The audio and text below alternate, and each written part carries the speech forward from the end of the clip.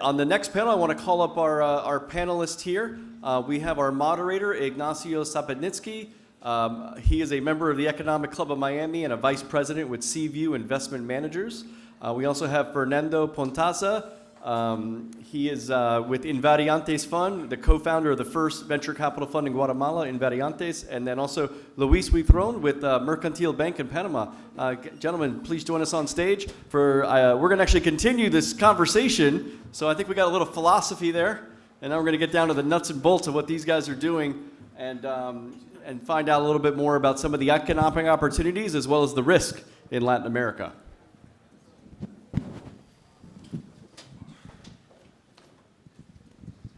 Good afternoon, everyone. So, Fernando, it's a pleasure to meet you. Luis as well. First time we meet together. It's a pleasure to be on here.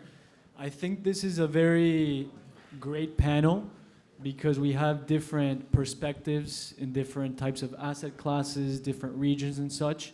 So I think the contrast comes mainly from the fact Fernando is more focused on early stage venture capital, localized in the US and LATAM.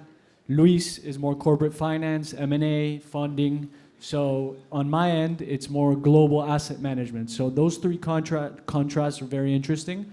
And so talking about LATAM and how it is attractive as a market, there's different ways of going about this. So maybe I start with Fernando, asking him, you know, his firm is one of the first homegrown early stage VCs, and how that ecosystem has evolved, how your impact has shown throughout the region, and how you see it going forward.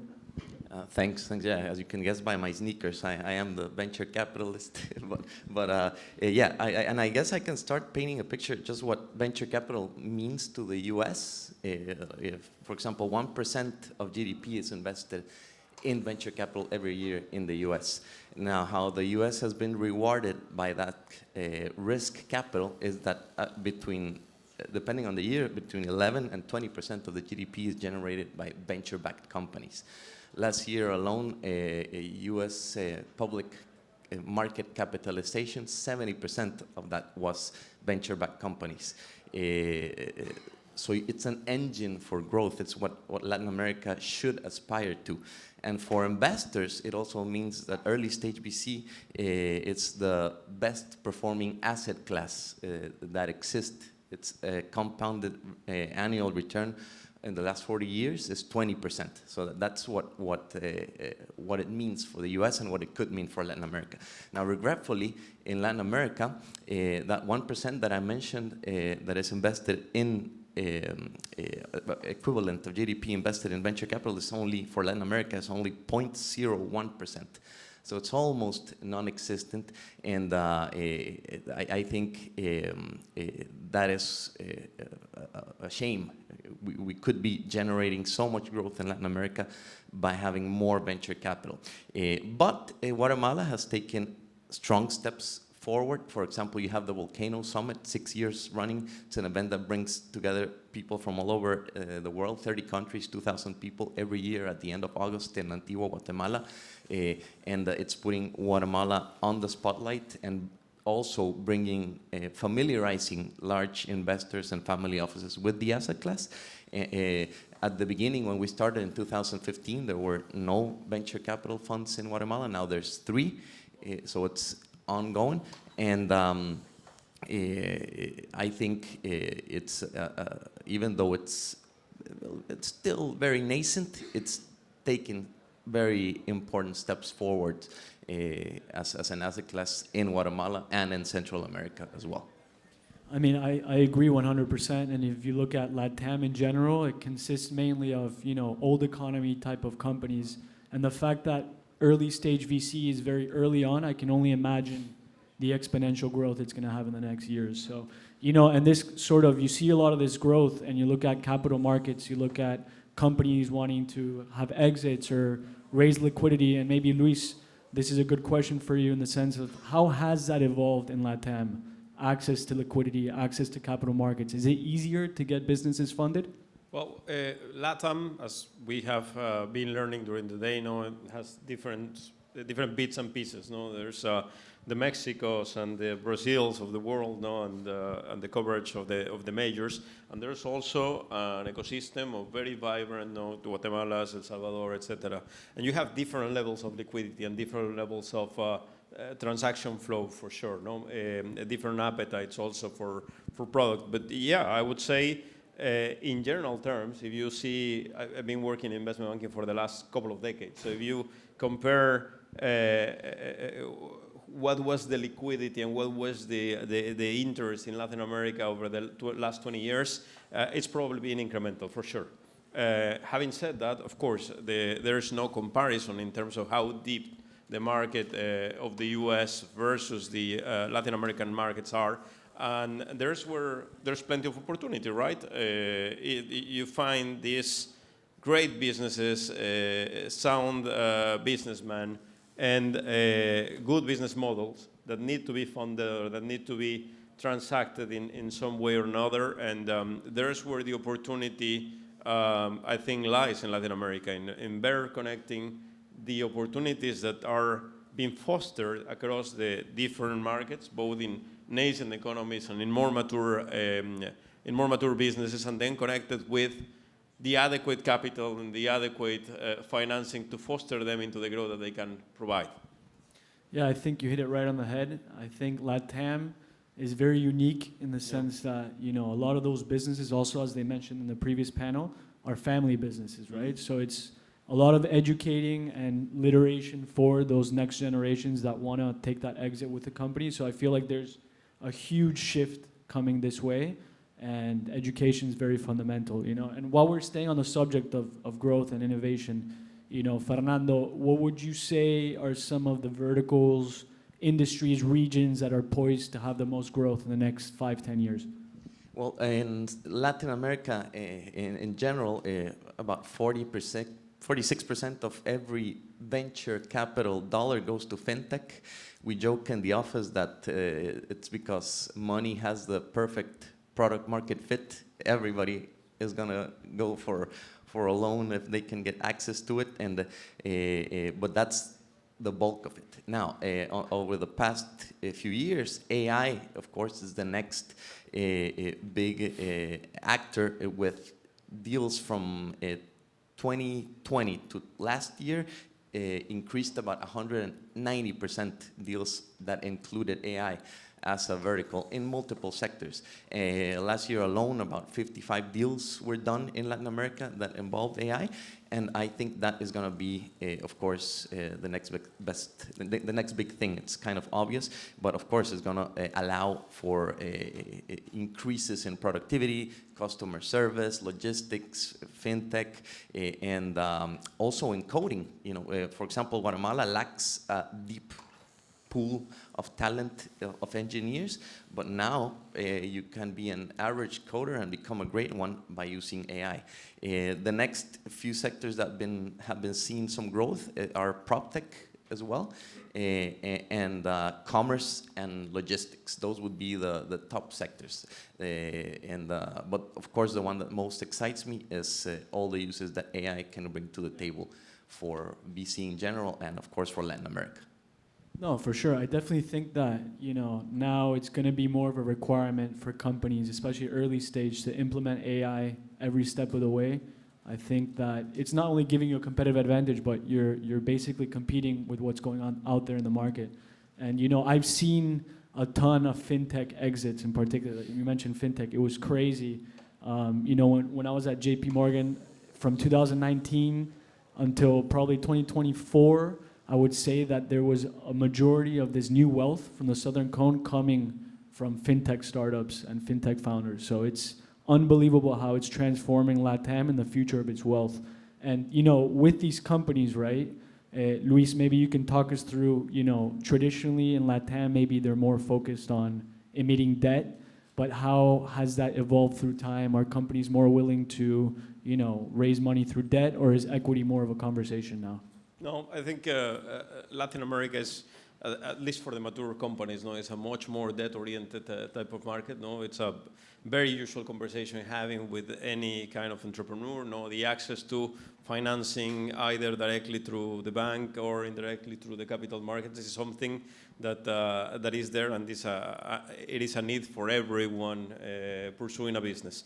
The capital markets is something that is not as developed. So for many of the businesses, it's a new thing to do. No, the local banks normally serve the business. Some of the enterprises are going abroad and looking for international banking. No, we're based out of Panama, so it's like it's a banking center for at least the Central American region. No, you have Guatemala, El Salvador. They are served by their own banks. No, but also the international side of being served by Panama. And then in the growth path of those companies, they eventually iterate and go to the capital markets in the debt form. No, normally it's the local market, the ones that are fostering them in that portion of their growth, and eventually, no, a Central American market such as Panama, or a more international one, no, is the next step in terms of development. That's what we are seeing, and obviously in conversations with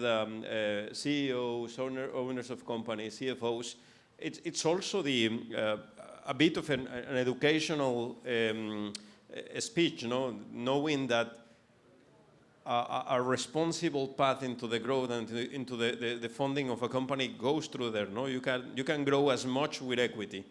Many of the companies that you were mentioning, no, the Latin American traditional ecosystem is very family oriented, and in that regard, many of these companies that also come from countries where there has been inflation, politics, etc., all of the challenges that we know of, no, have been or have grown to be very conservative, no, and in that profile, risk profile, equity is something that you try to grow with, but equity takes you so far. And there's also not a developed capital markets in terms of selling equity that you can go to. So the next area of growth for Latin American companies, in our view, and that's where we're seeing a lot of action, is in the debt capital markets. Definitely debt. The liquidity tends to be, as you just mentioned, an issue, but there's ways and there's mechanisms with the right partners to find adequate debt and adequate liquidity. No, I agree 100%. You look at some countries, for example, Paraguay. And Paraguay is a very interesting country, right? Because it has economic growth, it has stable political standing, and there's a ton of opportunity. And the companies there, they're very, how do you say this, novices when it comes to emitting equity or raising capital through that end. And basically, when you look at typical retail investors like me or you, the only type of access that they have are, bonds or mutual funds that include bonds. And so now there's a new trend where there's new stock exchanges, and they're trying to facilitate, the raising of capital through these stock exchanges, the Euroclear, international clearing. Exactly. So it's a huge wave that's coming, and I think it could facilitate for the future generation. And speaking of all this, right, the importance of having strong international relationships and strong international footprint is very fundamental in any market you're in. And so maybe, Fernando, you can talk us through how international partners and international inspiration and influence has affected the ecosystem in Guatemala and how you see it going forward. Well, for example, the thing right now is that international VC funds were the ones that funded growth stages for Latin America. The early stage is still pretty active. There's a lot of funds in Mexico, like 500 startups, a lot of funds in Brazil, etc. But the ones that funded the growth from the B series and onwards, meaning early stage companies go from pre-seed when it's an idea phase to a seed phase to a Series A when investors start coming in, but then Series B when the real growth starts to happen, was mostly done by funds from abroad, Tiger, SoftBank, and others. Now that environment, that capital has been suctioned off with this risk off last few years because of inflation, etc. And for example, in a couple of years ago, it was in 2020, it was about 73 deals were done by funds from the outside. Last year, it was only 10 funds from outside or international capitals that participated in large deals larger than $50 million. So that's the role that international funds play in venture capital, and right now it's hurt in Latin America because there's no access to growth capital. That very likely, we're seeing that starting to change back now, post-election, and with a more venture capital friendly administration. But for sure, international markets are the ones that fund the growth of technology companies in Latin America. Yeah, definitely. I think LATAM now, there's sort of a transition to where they're making it easier for international partners to get involved, whether through funds, through different capital raises, whatever the case. And speaking of Panama, right, Panama is a very internationally oriented country, has a ton of different commerce throughout the world. How have you seen that impact, companies and the economy in general and the growth in LATAM? It's a push and pull effort. No, you have to.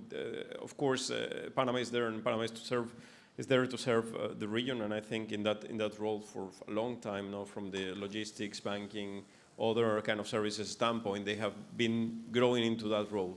Having said that, there's the dialogue now of bring them here, bring them to the market for the market to fulfill the role. No, it's a chicken and egg situation in which you don't have the liquidity because you don't have the product, you don't have the investor because there's not enough liquidity, the investor is not there because there's a product. No, so the push effort is to bring innovative product with the right structure, with the right names, the right companies, and the right projects being brought to the capital markets. Now, eventually, and that's what we do as an investment banker for the region, we tend to believe that bringing the adequate product is eventually going to make investors to pay attention to the region. That's the pull effort, no? And eventually, it is where we can marry those investors with the adequate, innovative, well-structured product that we can aspire to have some liquidity. Definitely, it's an effort, and it's a work in progress in the everyday dialogue. Yeah, I completely relate to that comment because it's exactly why we were born as a fund, trying to give a product for investors in Central America that was a good investment experience in BC.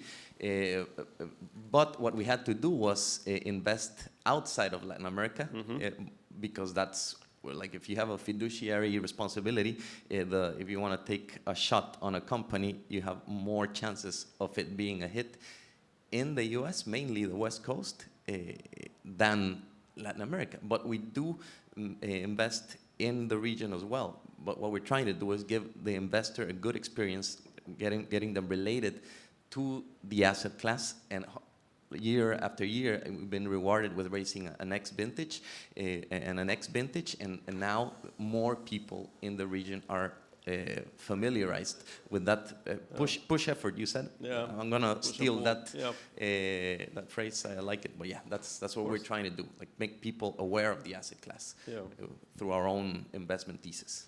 No, I mean, that's awesome. I think that, as we've spoken about a lot, right? Education, literacy is everything. I think that, when you're raising capital for LATAM, when you're trying to expand the business or whatever the case, I think that they spoke it pretty plainly in the previous panel about, regulatory, political, stability in the region or in the countries that you invest. So I feel like a prerequisite of even getting an investor in the room is whether or not the countries will structure from a regulatory standpoint and whether it supports its economic growth, right? So, you see Argentina, for example. Argentina now, my family's from Argentina. We've sort of been dormant on Argentina in the past 12 years. But, with everything happening, this new wave, we're sensing a pulse, right? So it changes everything. And in saying this, Fernando, maybe you can add, how is the regulatory framework for VC in LATAM currently, and what would you like to see to help, spur this innovation going forward? Man, where do I start? It's the legal framework is mostly non-existent in all of Latin America. There's only 2 countries with particular fintech laws. One is Brazil, the other is Mexico. But venture capital itself is complex and hard enough within itself that on top of that, in Latin America, you have to if you want a cross-border expansion, you have to deal with different legislations in each country. For example, if you want to, we would have loved to have established our fund in Guatemala. There's no, the figure, the legal entity called the exempted limited partnership is non-existent in Central America. So we had to domicile the fund outside. Banks wouldn't want to give us service. Lucky for us, people at Amarant Bank give us their service, so shout out to Amarant over there.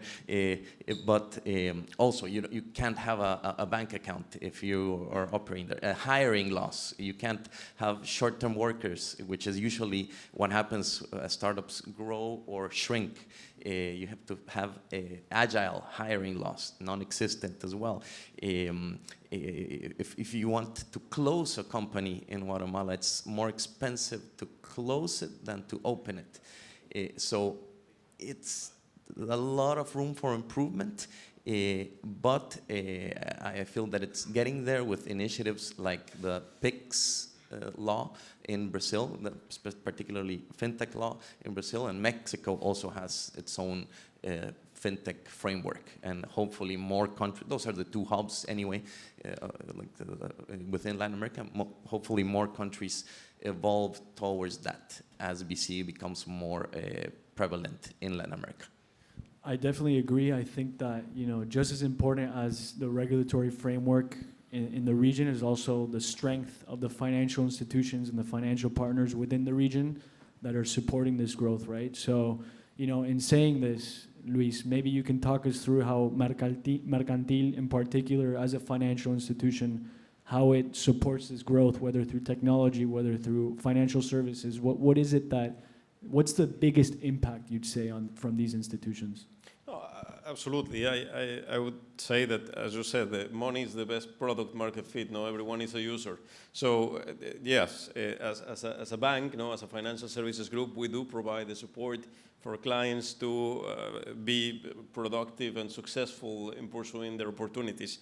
I think that, as you said, Latin America has plenty of uncertainty around many areas, not only legal. There's plenty of uncertainty. Currency risk as well.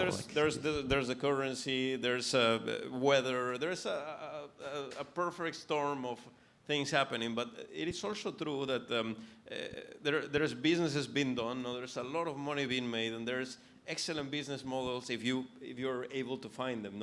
And the idea, and as a bank, first as a bank, as a banker, but also as a participant of the capital markets, I want to think that the capital markets continue to be, and a bank, an actor in those capital markets, continue to be and continue to have the role of assessing projects and deploying capital where that capital has to be done.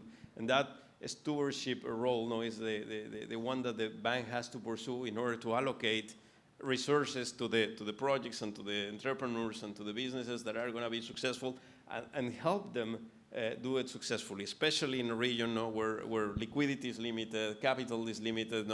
So the role of the banker in general, regardless of the brand, to me is to be close to the company and be a partner of the company, be a partner of the client, and make sure that we can facilitate the life of the client in an area that is already uncertain per se. So I want to think that we're there to help, and that we can be supportive, and that we can help foster businesses that are going to be successful when we actually spend the time, understand the businesses, and we are able also to de-risk the inherent risk in the business model, not put it away through a structure that allows investors from the international side to sit in the room, understand what the Dominican Republic is, what Costa Rica is, what El Salvador is, because there's also all of that ecosystem where there's plenty happening, and having the investor at the table, yeah, it's more difficult when the opportunity is more marginal or smaller. No, but I think if you can explain it well and make it understood for the entrepreneur, and if you did your job of assessing the risk and putting it in a structure that can be palatable for the investor, eventually that marriage is going to happen. Yeah, definitely. No, I think, great points from both of you. I mean, we went through a good amount of questions. Now, I'd obviously like to open it up to the audience to see if anyone has a question. But one bonus thing I'd add, maybe, is something they mentioned in the previous panel, right? About, how in a lot of these families, in these family-run businesses, how the next generations are leaving, right? That the trust fund kids are leaving. And, we've been seeing that for the past years, but from my perspective, right? And this is maybe tapping more into the Gen Z generation. I also been seeing a lot of kids very hungry and very motivated and coming back to their countries and automating and maximizing efficiency of their current businesses and taking it to the next level. And I see this very much because there's a lot of built up wealth in LATAM and a lot of companies that are operating companies that have contracts for decades.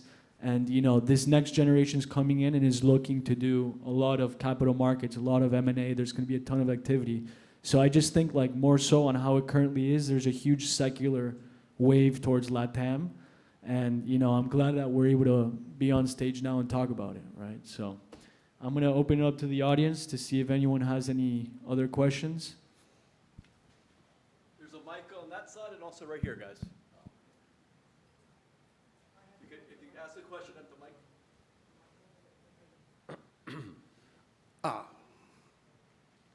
I'll start. My name is Kevin Comer. I have a question specifically for Fernando, but all of you can answer it if you have any comments. You mentioned that Guatemala doesn't actually have the legal structure that you needed, so you had to go to another country to set it up. Is there any way to influence the legislature to pass legislation for that? I mean, how susceptible to this sort of lobbying are a lot of countries in Latin America? Did you think about that, or is it just so impossible that it wasn't even worth considering? Yeah, there's been efforts to try to do it, but non-successfully. There was an entrepreneurship law that was passed maybe 5-6 years ago, but it went nowhere. What I think is that if there was more demand for it, like more people actually wanting to invest in a venture capital fund and more companies being able to successfully raise capital, if it became more relevant for the region, there would be more efforts towards trying to make that happen. But I really have not a lot of faith for politicians in our region.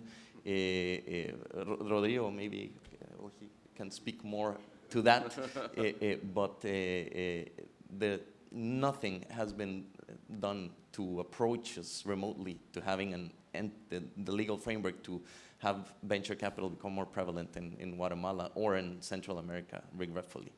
Are there any countries in Central America that are taking this seriously at all? Or? Panama would be at the forefront of financial. It's financially the most sophisticated country in Central America. Maybe you can speak more on that. Absolutely. Actually, Panama is taking some steps. I'm not a specialist necessarily in the framework, but as a financial services group, we do have a digital wallet, for example.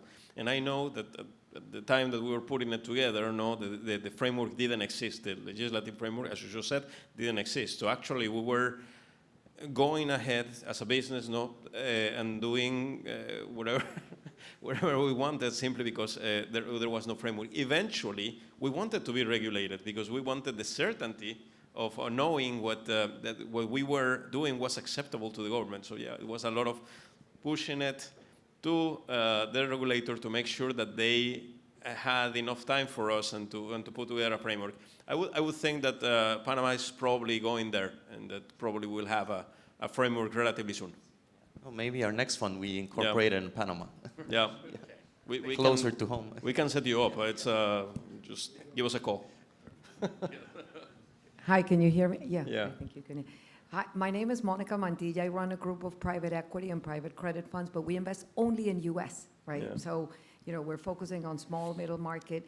One of the things that I just hearing you, right, with lack of resources, the challenges in Latin America, I'm thinking about the opportunities that exist to connect, to be able to come up with some of the solutions that our small businesses need. So, for example, in the world of AI, right, everything is changing dramatically in every way we do business.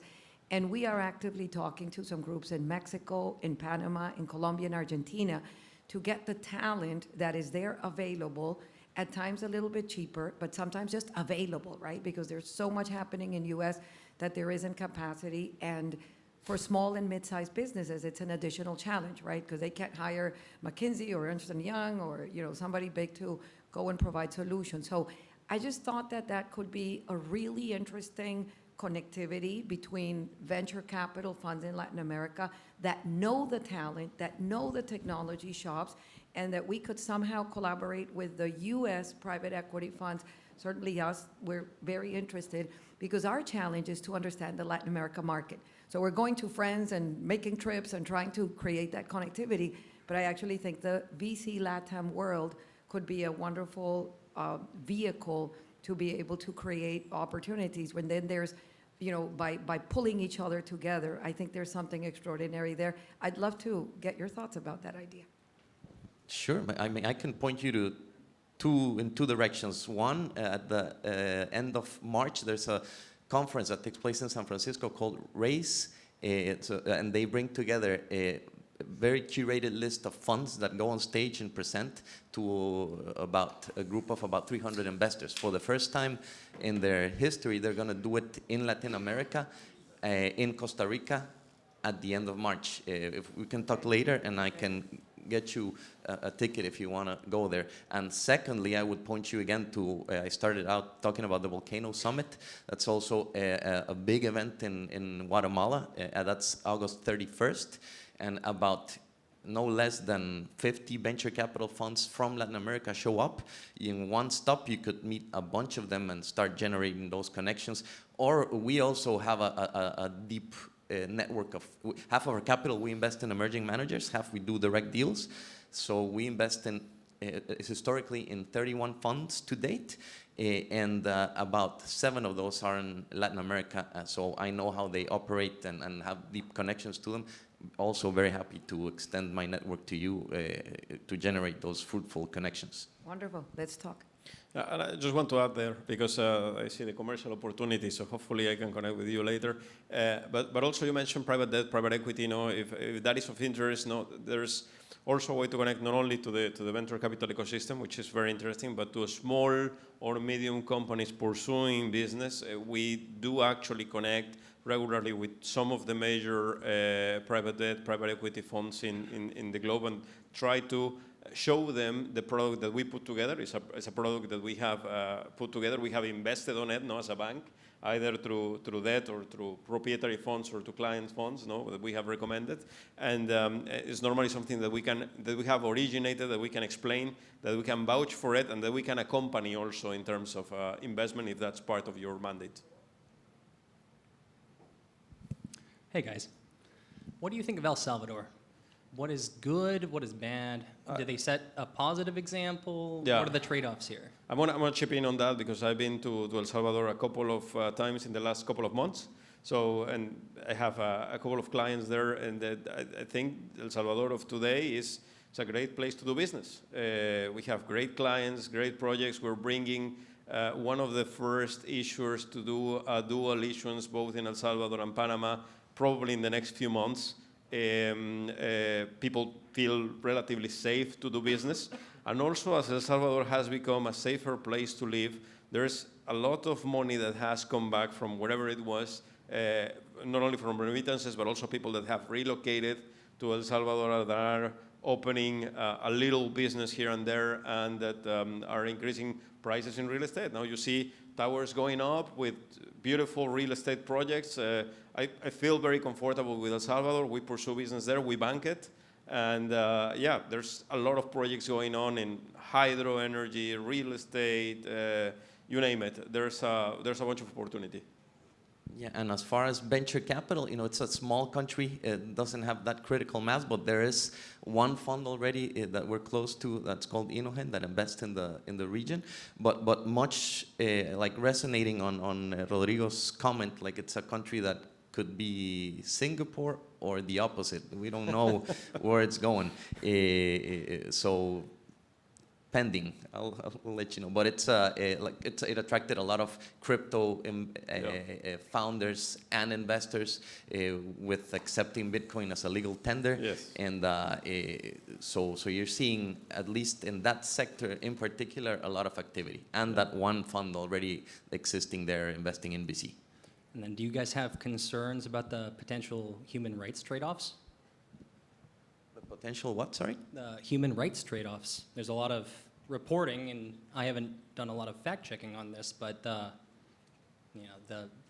motions that have been made have imprisoned quite a number of people, and it's definitely significantly improved the murder rates and such, but there's a lot of questions as to how many of these people are innocent. What do you guys think of this? Yeah, well, that's outside of my area of expertise. I do VC, but from what I hear from the people I know that are Salvadorian citizens, they just the fact that, and this is something I can relate to, come from Guatemala, where crime rates are, they're lower now, but they were higher in past years. When you start to feel safe just walking in your own neighborhood without the fear of being robbed, taking your cell phone or your watch or kidnapping, it definitely fills you with optimism. I don't know, I can't comment as to how human rights is involved into this, but definitely the people that I know from El Salvador view this with very optimistic eyes, because they're now free to walk without the fear of being robbed in every other corner. And that has brought a lot of money to the country. So evidently there's a lot of people with a positive view on El Salvador right now. Certainly there's been things that needs fixing, and hopefully they can take care of that. But there's a lot of optimism. And yes, it's probably one of the safest cities in Latin America as the time being, and that will have a potentially positive outlook for the country. Thank you, guys. I think we have one more question there. Question for Luis or Fernando. What do you know? What is the country for have more opportunity in the near future? And your top four. The country for? Yes. Again? Which country do you think had more opportunity for development in the near future? Your top four. Okay. Well, Argentina obviously is the answer there, like macroeconomically speaking. But from my venture capital vantage point, I think Brazil is the one that we're most optimistic in. Like historically, we've invested more in Mexico out of any other geography in the region, but Brazil is by far the largest venture capital ecosystem, and it has like Bicycle is one of the funds that raising a very big fund right now for growth, which is what I mentioned that was lacking because it was Latin America lacked that growth capital. But with funds like that operating in Brazil, investing in Brazil, that's the market that we're most optimistic, specifically in venture capital, and where we're gonna focus our Latin American investments for our next vintage, our next fund that we're gonna start raising mid-year. So, agree. Just to offer another view, we've mentioned El Salvador. I think El Salvador is a great place, and it has every component for it to be successful. I would pay attention to Paraguay. You mentioned it. Yep, certainly it's completely overlooked, and there's a lot of positive things happening there. Magnificent clients, great business. It's a huge country. I would definitely pay attention there. This is my blood speaking probably, but I want to think that Mexico, at least in some industries, has a lot to do. No, as financial services advisor, we have been advising clients in consolidating the healthcare sector, the education sector. So there are opportunities within the country, inside of industries to be pursued. And being so big, in the context of Latin America, there's ways to continue to do business productively and to find growth, even inside of the context. So I think that's it, guys. Thank you so much. Appreciate you guys. Thank you.